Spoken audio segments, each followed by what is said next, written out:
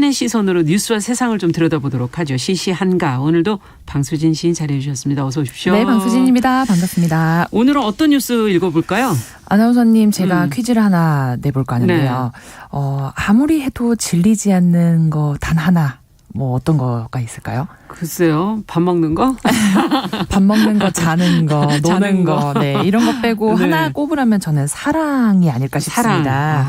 그래서 오늘 사실 뭐 날씨도 좀 어둑어둑한데 이렇게 좀 분위기를 멜랑콜리한 느낌으로 제가 한번 말씀을 드려볼까 하는데요. 네. 그 최근에 이제 중국에서 1500년 전 유골이 이제 손가락에 반지를 낀 채 서로 이렇게 껴안고 있는 모습으로 발견돼서 학계의 관심을 좀 모으고 있다고 하는데요. 예. 지난해 중국 북부 지역의 건설 프로젝트 과정에서 600여 개의 무덤을 발굴하는 도중에 이 유골이 나왔어요. 남성은 사망 당시에는 뭐 29세에서 35세 사이로 좋네요. 보이고 네. 여성은 35세에서 40세 정도로 네. 추정되고 한다고 합니다.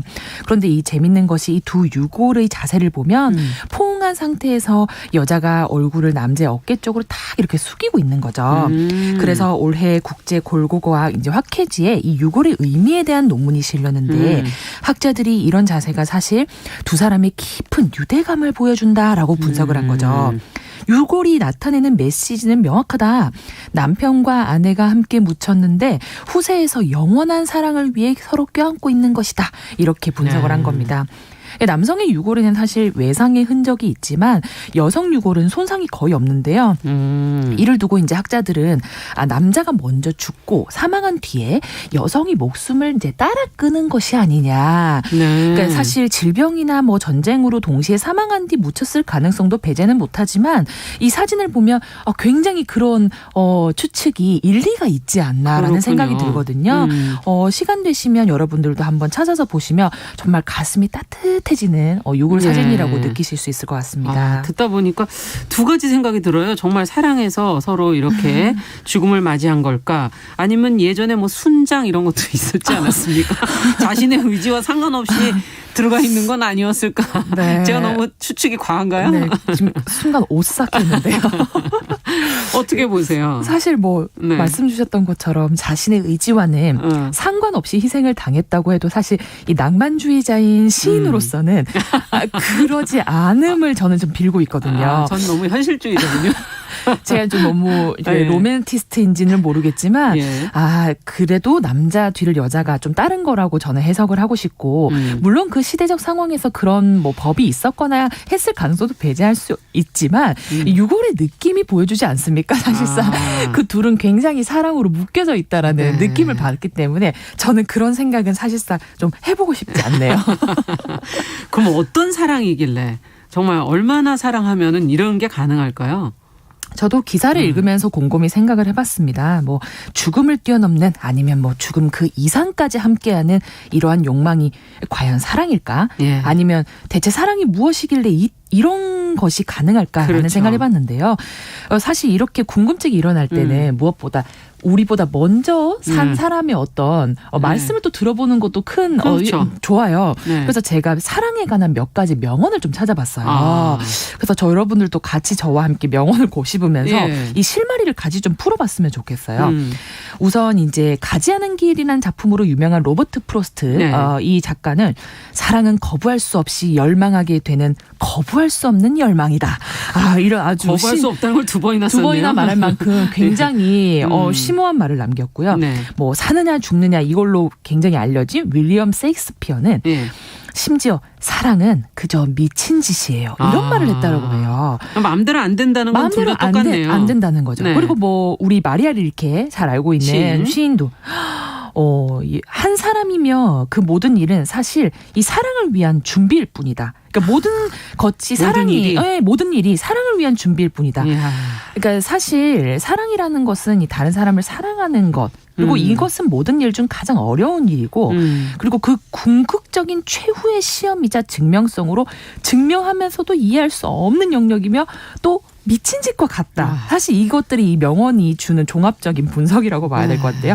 결국 사랑이라는 것은 미친 짓이다. 이렇게 좀 그렇죠. 해석해 볼 수 있지 않을까 싶습니다. 네. 한동안은 저희가 뭐 사랑 얘기에 그렇게 많은 분들이 에너지를 쏟으셨던 것 같은데 요즘에는 좀 사랑도 많이 식은 게 아닌가 하는 생각이 들기도 하고 영원히 사랑하자 이런 약속도 예전처럼 안 하게 되는 것 같은데 그래도 영원한 사랑은 아무래도 부모와 자식의 사랑 맞습니다. 이것도 아닌가요? 제가 너무 이것도 아닌가요?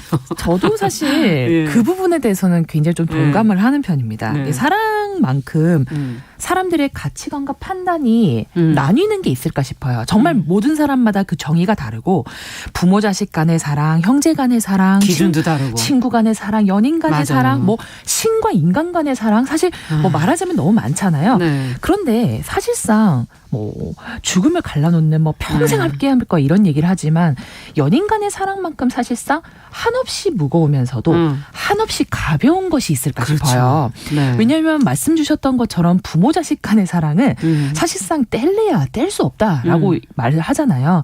하지만 연인 간의 사랑은 사실 숱하게 헤어짐과 만남을 반복하기 때문에 그렇죠. 제가 이제 이 질문을 받으니까 재미있는 소설 하나가 생각이 났습니다. 예. 그 김금희 작가의 너무 한낮의 연애라는 소설인데요. 네. 이런 부분에 참 정말 재밌는 부분이 나와요. 그 독백인데 예. 나 선배 사랑하는데 어느 날 양이가 평소처럼 맥도날드에 앉아서 PC버거를 먹으면서 마치 까먹었던 기억이 떠오르는 것처럼 무심한 말투로 이 상대방인 필용에게 사랑을 고백합니다. 예상하지 못했던 양이의 고백이었기 때문에 필용이 놀라움과 즐거움을 느낄 틈도 없이 양이는 딱 이런 말을 덧붙여.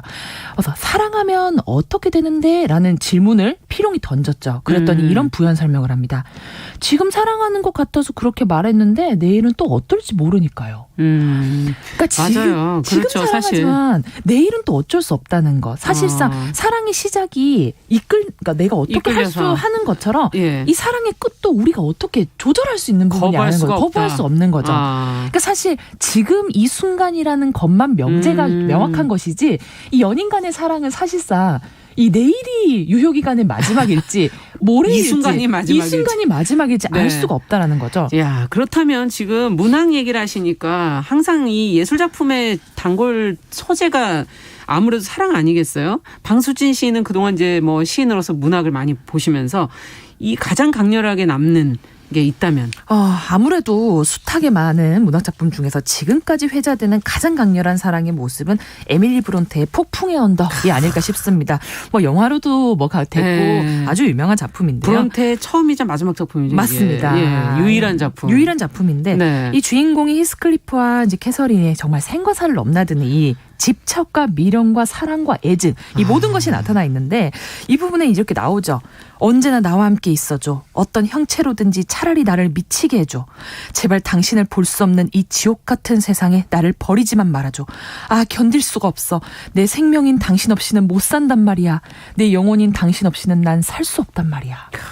자, 이런 말을 할 수가 이런 있을까? 절규가 나온다라는 게 저는 정말 그러니까요. 네, 정말 이게 가장 강렬한 어떤 사랑의 대사가 아닐까 싶습니다. 네. 갑자기 이걸 듣고 있는 상대자가 된다면 왠지 부담스러울 것 같기도 저도 하고. 이게 약간 미저리 같은 그런 느낌도 들으면서 저도 좀 약간 오싹했는데요. 어쨌든 오늘 소개한 뉴스 속의 연인처럼 뭔가 사랑이라는 건 우리가 거부할 수 없는 무엇인가가 있다. 이거는 정말 느껴지는 것 같고. 네. 하지만 시대가 너무 많이 변하지 않았습니까? 맞습니다. 네, 지금 이 시대의 사랑도 좀 얘기를 해야 되죠. 맞습니다. 어떤 모습입니까 지금은? 사실 사랑은 시대를 변하면서 사실 조금과 그 의미와 결을 달리하고 있는데요. 네. 뭐 고대 그리스에서는 뭐 에로스, 뭐 육체적인 사랑에서 진리로 이른다. 뭐 그리스도의 사랑은 뭐 아가페죠. 이웃에 대한 사랑이다 하지만 요즘 말씀 주셨던 것처럼 요즘 세대는 사실 이 맹목적이고 희생적인 사랑에 끼어들기에는 너무 이미 복잡한 양상을 띠고 있다고 저는 생각을 해요. 예. 그래서 뭐 하지만 예. 아무리 아름다운 금수강산이라 해도 임이 없으면 적막강산이라는 말이 있듯이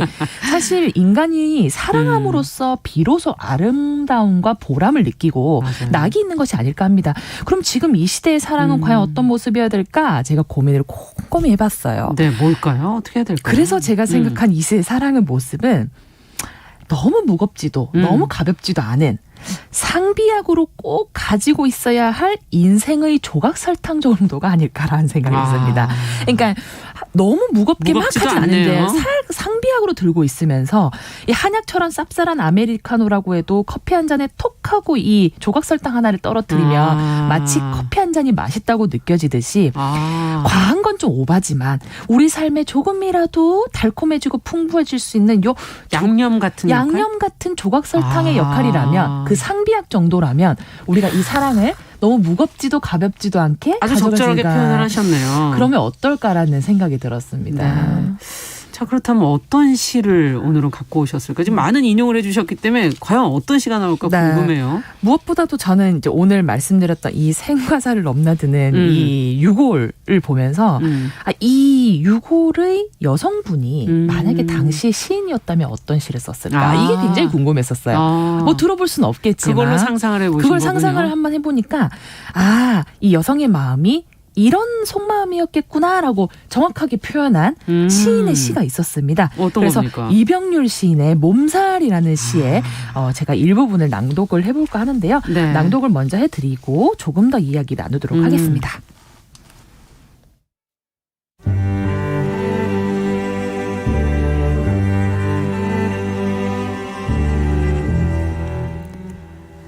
이병률 몸살. 어쩌면 이토록 한 사람 생각으로 이 밤이 이다지 팽팽할 수 있느냐. 저리도 곡선으로 때를 지어 할 말이 많은 것은 우리가 어쩔 수 없는 곳으로 이끌리더라도 어쩔 수 없음을 알게 되는 것이냐.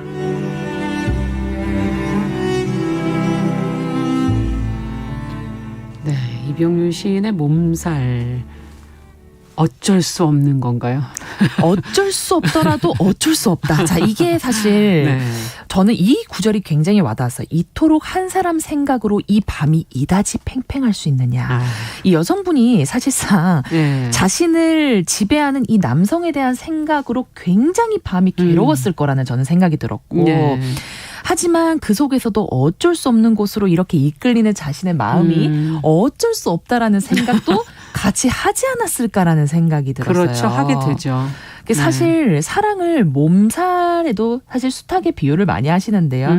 그것처럼 한 번 걸리게 되면 피할 수 없기 때문에 반드시 한 번쯤은 겪어내야만 하는 것이 또 이 사랑이자 몸살이 아니겠는가라는 생각이 그렇죠. 들었습니다. 네. 그 헤르만 헤세의 시타르타에 나오는 구절처럼 이 사랑은 사실 원하면 얻을 수는 있지만 결코 한 번 생겨난 사랑의 마음은 누군가 없애려고 노력한다고 혹은 뺏으려고 애쓴다 해도 절대 강탈할 수는 없는 것이다.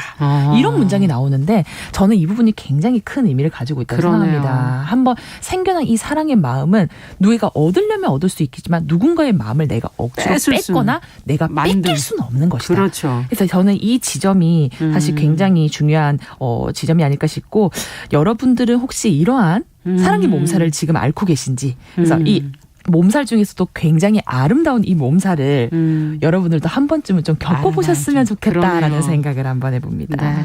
이주윤님께서 뜨겁지도 미적지근도 안 한 온기에 지속적 불씨가 이상적이지 않느냐. 그게 아마도 제가 말씀드린 그 조각설탕 같은 얘기가 늘 아닐까 지적을 싶습니다. 해주신 것 같고 나이가 좀 있으신 분이 아닐까 하는 생각도 잠시 통찰력이 해보게 되네요. 자, 오늘 방수진 시인과 함께 시시한간 영원한 사랑의 가능성, 시대에 따라 변하는 사랑의 모습 같이 이야기 나눠봤습니다. 말씀 잘 들었습니다. 네, 감사합니다.